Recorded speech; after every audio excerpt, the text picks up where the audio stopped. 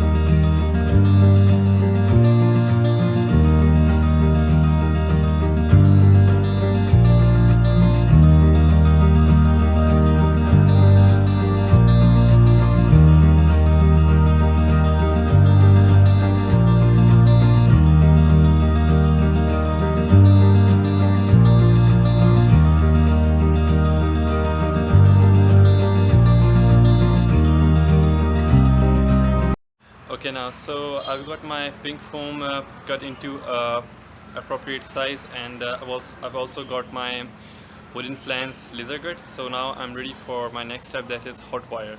Hot wire is basically a technique where we use electric current to cut the foam.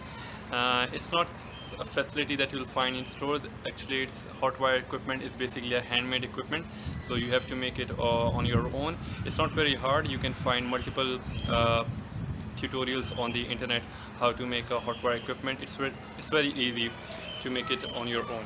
So I use hot wire equipment to cut the plants, to cut the pink foam according to the airfoil shape. Okay, so I've got my pink foam hot wired into the airfoil shape, so let me show you guys. Okay, so there are a few things that you need to keep in mind when you are using the hot wire equipment. First of all, make sure the wire of that equipment is as tight as possible, because the tighter the wire is, the better result you will get. Moreover, secondly, one thing that you need to make sure is that once you start supplying the current, and once you start cutting the foam, do not stop until you have finished, or you are off the surface of the desired surface, because if you stop in the middle even for a millisecond, it will leave a irregular or rough mark on your surface. So make sure you do not stop until you are finished. Once you start, just pull the wire until you have finished or you have gone away from your part surface. So those are the two tips that you need to keep in mind.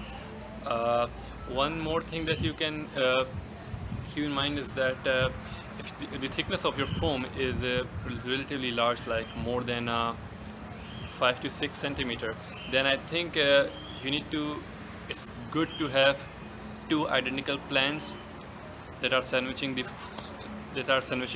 pink foam or any foam that you are using. Because I was using a foam of around 1 inch thick, that's 25 millimeters. So for that, it's relatively smaller thickness. So I used plan only on the one side. It didn't affect but if you are using a foam or any material that has a greater thickness or thickness of greater than 40 to 50 millimeter, then it's better to use two identical planes that are sandwiching the pink foam, because otherwise it's possible that you will get uneven results. It won't be a perfect cross section or uniform cross section. It may have a different cross section on both sides. So it's better if you have greater thickness, then use two planes on the both sides. So I think that will be it. Here you can see this is the pink foam hot wired into an airfoil shape. It's pretty much a good result. It's mentioned here, it's some rib number 3 from the root. So the results are pretty good. However, there are some irregular marks on the edges.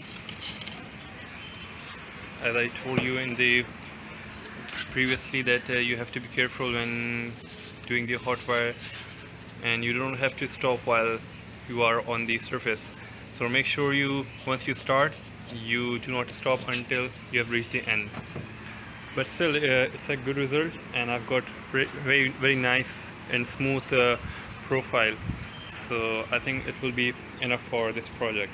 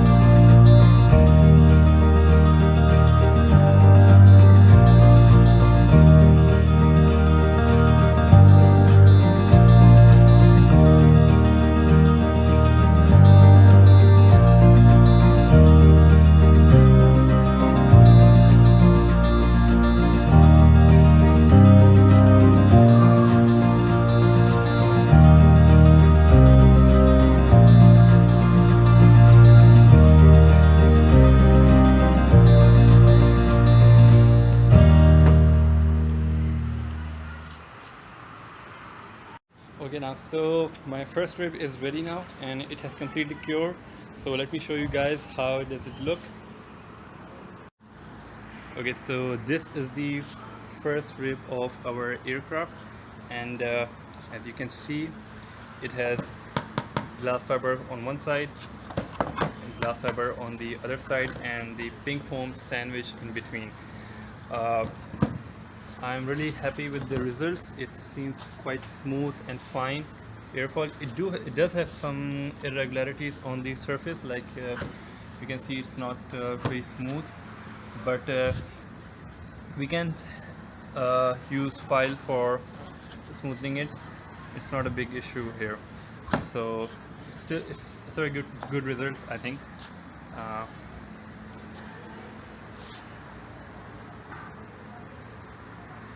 So one thing that you need to keep in mind is that when you are applying the fiber on the on any part, use some excess fiber on all the sides, and apply the resin.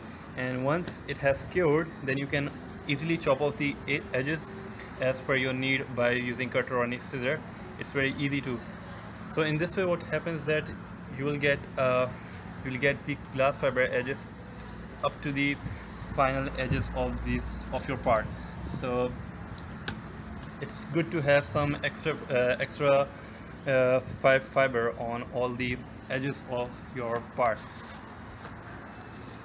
So I think that will be it.